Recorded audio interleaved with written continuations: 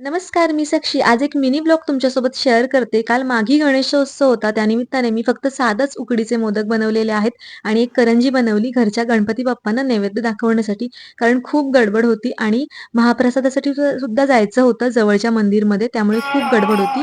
हे आहे जवळच्याच गावातील सुतारवाडीतील सिद्धिविनायक मंदिर आणि हे आमच्या समाजातीलच मंदिर आहे. येथे आम्हाला जेवायला यायचं होतं आणि खूप गडबड सुद्धा होती, खूप गर्दी सुद्धा इथे आहे.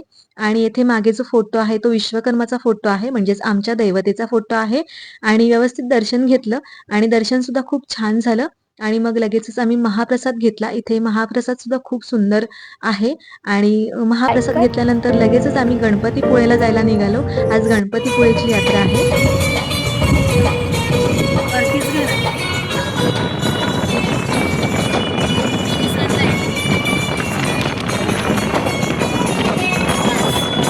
तर तुम्हाला आतापर्यंत सगळ्यांना माहीत झालेलंच आहे की मी रत्नागिरीतलीच आहे आणि गणपतीपुळेपासून जवळच राहते. आणि यावर्षीची गणपतीपुळेची यात्रा आहे ना, ती दरवर्षीपेक्षा थोडी गर्दी कमी होती. दुकानंही तितकीशी नव्हती जेवढी दरवर्षी असतात, कारण नुकतीच अंगारकी सुद्धा होऊन गेलेली आहे आणि अंगारकीला सुद्धा अशीच गर्दी असते. आणि या मुलीचा आहे ना, मी व्हिडिओ काढत होते, किती इनोसंट आहे ही मुलगी.